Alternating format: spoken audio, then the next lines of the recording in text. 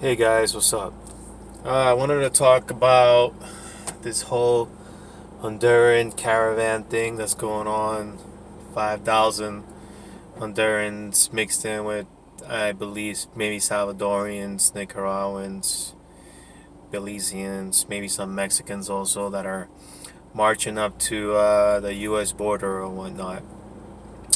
And what really prompted me to make this video was I went onto this Trump page or whatnot, and I noticed that a lot of people were assuming a lot of things about how George Soros and everything is paying for this caravan, and the Democrats set this up so they can come and vote, blue or whatnot, um, for the midterm elections. And this was all going to be done by Hondurans and Central Americans and Mexicans and whatnot. And it's a lot of bullshit. It's a lot of bullshit. First of all, um, these ignorant Americans, white folks, just call it what it is, they don't know about Honduran politics. They don't know about the corruption there. They don't know about how people have it. They have it really bad. There's no jobs. If there is jobs, they're really low paying. They suck the life out of you. They make you work 6 days a week. They underpay you. Um, it's just terrible conditions in Honduras. There's a lot of drugs that get flown in and out of there, and there's a lot of gang warfare that a lot of people get killed over.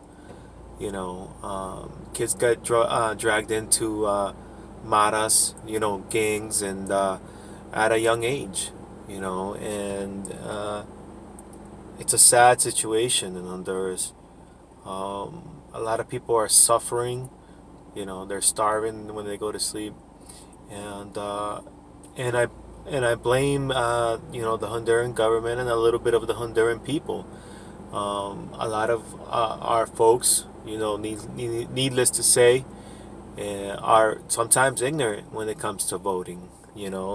I think it's changing a lot, um, and I don't know. I think that Honduras just needs better politicians and somehow. And last year they tried to get a new president in there, a very popular guy, and they couldn't get him through. They couldn't get him through because the corruption. The vote swung one way. In a matter of a day. This new Salvador Nasralla, he was gonna get voted in. The point he was up in the numbers, and all of a sudden it swung again in favor of the current president. That was current, actually. Those wanted me to say, and because there was some sort of outage or whatever, and all of a sudden, the the vote swung the other way, and the current president got to stay in power. Um, so it's a lot of ridiculousness. It makes me think about politics in a sort of way that it's kind of screwed up because you got both sides fighting with each other without fully understanding what the scope of um, everything in the world is. So I think a lot of people in the USA have it really good and don't know what it is to be poor, to struggle. They live in, safe neighborhoods, and, you know, they don't know what it is to be afraid for their lives, to hide, they turn off their phones in public, to hide their jewelry. You know, they don't know what it is to work for such a shitty wage. Um, so a lot of people are sheltered. A lot of people are sheltered in this world. I mean, in the USA. And,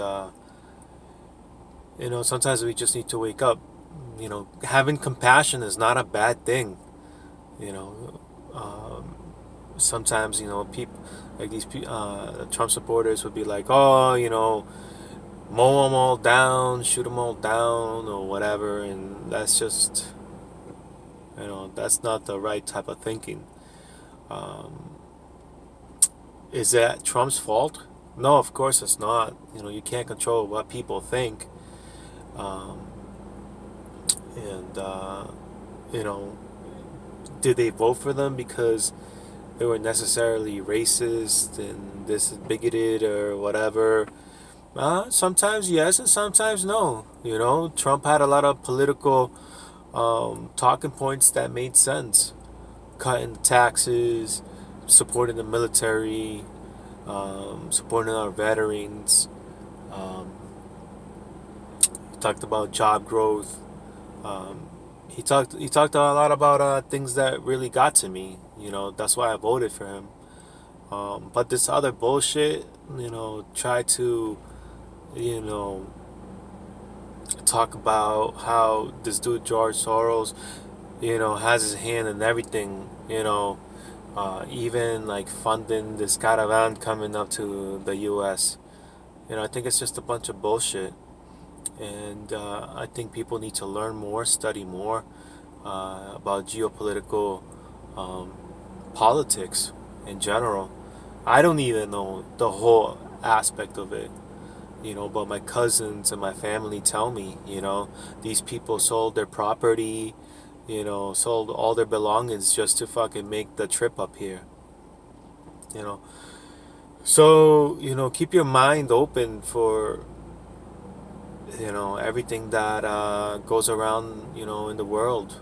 You know, don't enclose your mind on what's going on around your neighborhood, you know, even though that's number one thing that you have to worry about, but don't keep your mind closed about everything else that goes around in the world, because some people, you know, either see as white or black, you know, nothing in between, you know. And I always think about things, and you know, there's always a gray area, something that you may not understand, you know.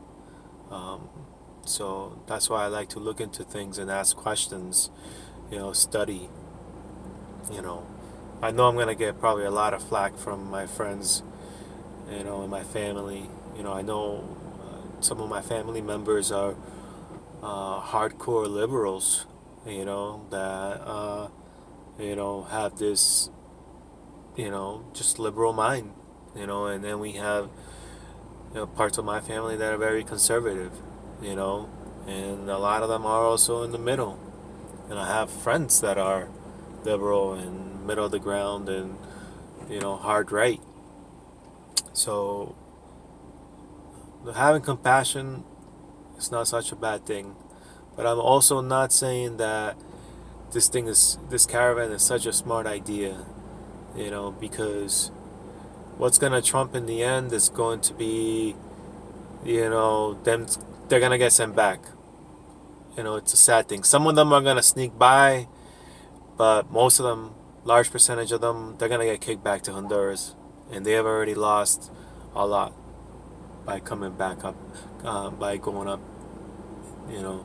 So just wanted to kind of put this out there and let people know how I feel about it. All right, guys, later.